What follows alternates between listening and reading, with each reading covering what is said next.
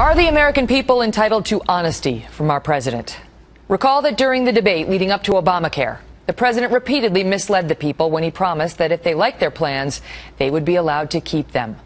Caught in the misrepresentation, President Obama denied it at first, but ultimately was forced to admit that he, quote, should have been more clear.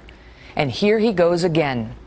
In January, as the terror group ISIS took control of Fallujah, the president dismissed the growing threat as simply JV. That was just 8 months ago. By August, our own defense secretary described ISIS this way.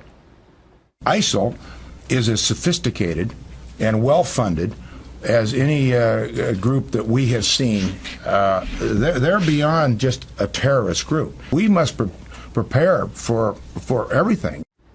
Under fire for either misstating the threat or failing to appreciate it earlier, the White House spokesman denied the facts, claiming President Obama was not talking about ISIS when he used that term JV, a dodge the Washington Post gave 4 Pinocchios. And now President Obama doubles down on the falsehood.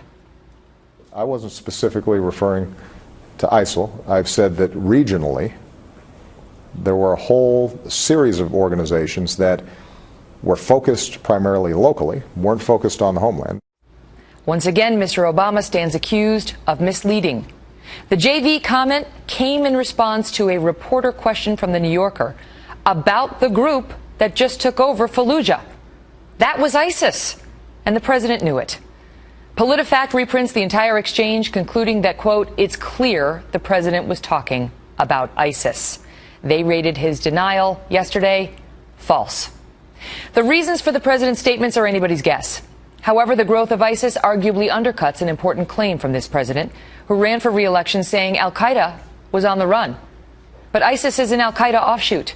Its earlier name was al-Qaeda in Iraq.